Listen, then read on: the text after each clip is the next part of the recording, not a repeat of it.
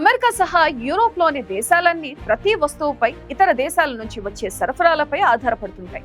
అయితే ఇదేమీ ఇప్పుడే మొదలు కాలేదు. ప్రాచీన కాలపు వస్తు మార్పిడి కాలం నుంచి కొనసాగుతుంది. మరీ ముఖ్యంగా చైనాలో తయారయ్యే వస్తువుల నాటి నుంచి నేటి వరకు ప్రపంచంలోని చాలా దేశాలు అవసరాలు తీరుస్తున్నాయి. చైనా టిష్యూ పేపర్ లేనిదే అమెరికాలో తెల్లవారదంటే అతిశయోక్తి కాదు. అంతగా ప్రపంచానికి దగ్గరైంది చైనా. చైనాలోని వ్యూహాన్లో 2019 నవంబర్లో వెలుగు చూసిన కోవిడ్ వ్యాధి అంతర్జాతీయ వాణిజ్యాన్ని చిన్నాభిన్నం చేసింది. ప్రపంచం ఇప్పటికీ కరోనా మహమ్మారితో పోరాడుతూనే ఉంది.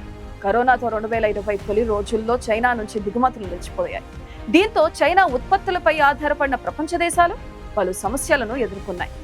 ముఖ్యంగా ఔషధాలకు అవసరమైన ముడిసరుకును చైనా నుంచి భారత్ దిగుమతి చేసుకుంటుంది. ముడిసరుకు లభ్యం కాకపోవడంతో ఆ పరిశ్రమ ఎన్నో ఇబ్బందులను చవిచూసింది. అంతర్జాతీయ సప్లై చైన్ లో చైనాదే కీలక పాత్రగా చెప్పాలి.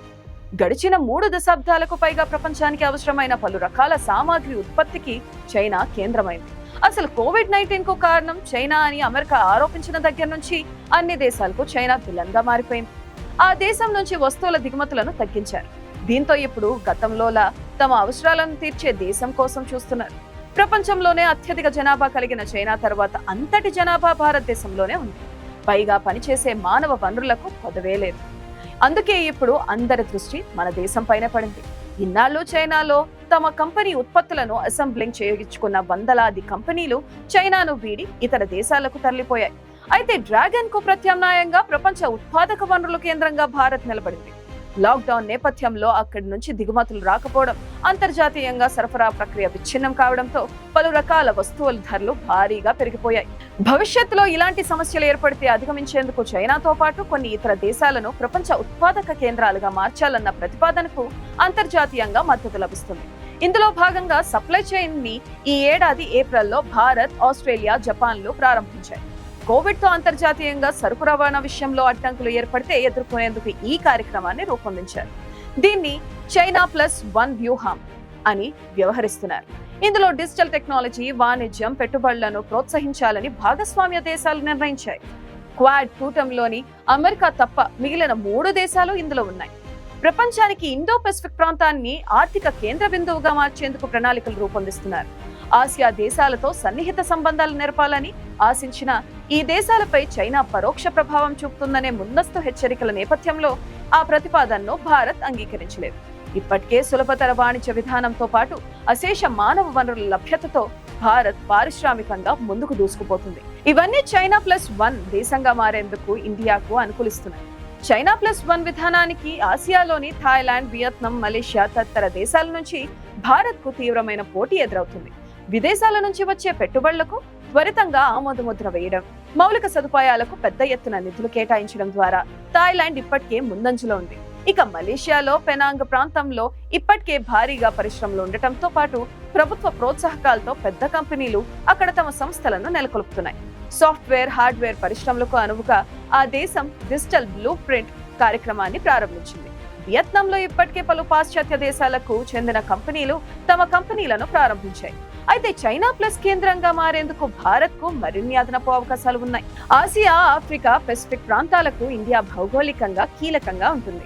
3 వైపులా ఉన్న సముద్ర తీరం, భారీ నౌకాశ్రయాలు విదేశీ కంపెనీలను ఆకట్టుకుంటున్నాయి. గతంలో కేంద్రం ప్రవేశపెట్టిన ఉత్పత్తి ఆధారిత ప్రోత్సాహకం ఆశాజనకమైన ఫలితాలను రాబట్టింది. దీన్ని దృష్టిలో పెట్టుకుని ఎలక్ట్రానిక్, వాహన, టెలికాం, సౌరశక్తి పరికరాల తయారీ తదితర కీలక 10 రంగాలను PLI పరిధిలోకి తీసుకువచ్చింది. కేంద్రం ఇటువంటి పలు పథకాలను ప్రవేశపెట్టింది. అయితే రాష్ట్రాలు సైతం భారీ ఎత్తున ఇలాంటి పథకాలను ప్రవేశపెట్టవలసిన అవసరం ఇప్పుడు ఏర్పడింది. మౌలిక సౌకర్యాలలో భాగంగా భారీగా రహదారుల నిర్మాణం జరుగుతుంది. వీటి వెంబడి పరిశ్రమలను ఏర్పాటు చేసేందుకు వీలుగా ఆయా రాష్ట్రాల చేయూతతో పథకాలను రూపొందించాలి. సులభతర వాణిజ్య విధానాలతో ఇప్పటికే పలు విదేశీ సంస్థలు మన దేశంలో పెట్టుబడులు పెట్టాయి. మన దేశంలో తక్కువ వేతనాలకు లభించే మానవ వనరులు పుష్కలంగా ఉన్నాయి. చైనా +1 వ్యూహానికి భారత్ అత్యంత అనుకూలమని అనేక సంస్థలు చెబుతున్నాయి. చైనాతో పోలిస్తే భారత్ ఆఫ్రికా, యూరోప్ తదితర ఖండాలకు దగ్గరగా ఉంది. దీంతో రవాణా వ్యయం సైతం తగ్గుతుంది. ఇక్కడ పరిశ్రమలను నెలకొల్పేందుకు పెట్టుబడి కూడా తక్కువ కావడం, అంతర్జాతీయ స్థాయి సాంకేతిక పరిజ్ఞానం అందుబాటులో ఉండటం కలిసి వచ్చే అంశాలుగా ఉండనున్నాయి. ప్రత్యేకించి భారత్ సాఫ్ట్వేర్ సేవలు ప్రపంచవ్యాప్తంగా మన్నన పొందుతున్నాయి. పారిశ్రామికంగా మన దేశానికి ఉన్న భౌగోళిక అనుకూలతలను ప్రపంచానికి తెలియజేస్తే చైనా కంటే మిన్నగా భారత్ ప్రపంచానికి ఉత్పాదక వనరుల కేంద్రంగా ఆవిర్భవించడం చాలా సులువుగా జరిగిపోతుందని చెబుతున్నారు నిపుణులు. అంతేకాకుండా మన దేశంతో పాకిస్తాన్ తప్ప మరే దేశం డైరెక్ట్ గా శత్రు దేశాలుగా లేవు. అన్ని దేశాలతో మైత్రీభావం ప్రదర్శించడం వలన అది కలిసి వచ్చే అంశంగా మారింది. అందుకే భారత్ ఇప్పుడు గ్లోబల్ మ్యానుఫ్యాక్చరింగ్ హబ్ గా మారేందుకు అనుకూల దేశంగా మారింది. ప్రపంచంలో సెమీ కండక్టర్ చిప్స్ పాత్ర ఎంత కీలకమో అందరికీ తెలుసు. ఈ చిప్ తయారీలో 2 దేశాలు పోటీ పడుతున్నాయి, దక్షిణ కొరియా, అమెరికా.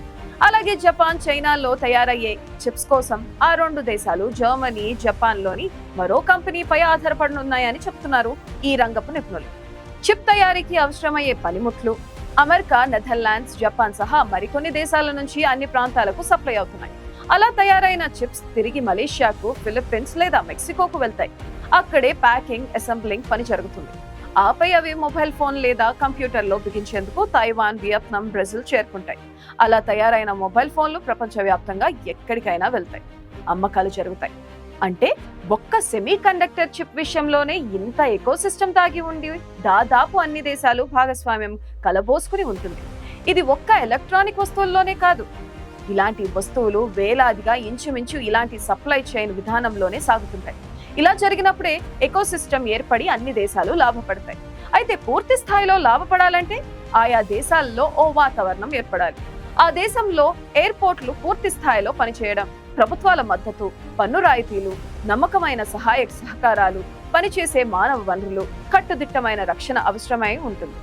పైగా ఆయా ప్రాంతంలో ప్రకృతి బీభత్సాలు ఉండకపోవడం అదనపు అర్హతగా ఉంటుంది. నిజానికి ఈ అర్హతలన్నీ మన దేశంలోని అన్ని రాష్ట్రాల్లోనూ ఉన్నాయి. ఇంచుమించుగా అన్ని ప్రభుత్వాలు తమకు వీలైనంతగా సాయం అందిస్తున్నాయి. సో ఇప్పటిదాకా తిరుగులేని సప్లై చైన్ విధానం, అపారమైన పారిశ్రామిక శక్తితో ప్రపంచాన్ని ఆకట్టుకున్న చైనా స్వయం కృతాపరాధంతో వచ్చిన అవకాశాలను చేతులారా జారు విడుచుకుంది. చైనాకు ఉన్న అర్హత కన్నా మన దేశానికి అపారమైన మహాసముద్రం 3 వైపులా ఉంది. అన్ని సుగుణాలు మన దేశానికి ఉన్నాయి. రాబోయే రోజుల్లో ఈ అవకాశాన్ని అందిపుచ్చుకుంటే దేశంలో నిరుద్యోగం అంటూ ఉండకుండా పోతుంది. ఎవరికీ తీరిక లేనంతగా పని దొరకడం గ్యారంటీ అని చెప్తున్నారు నిపుణులు.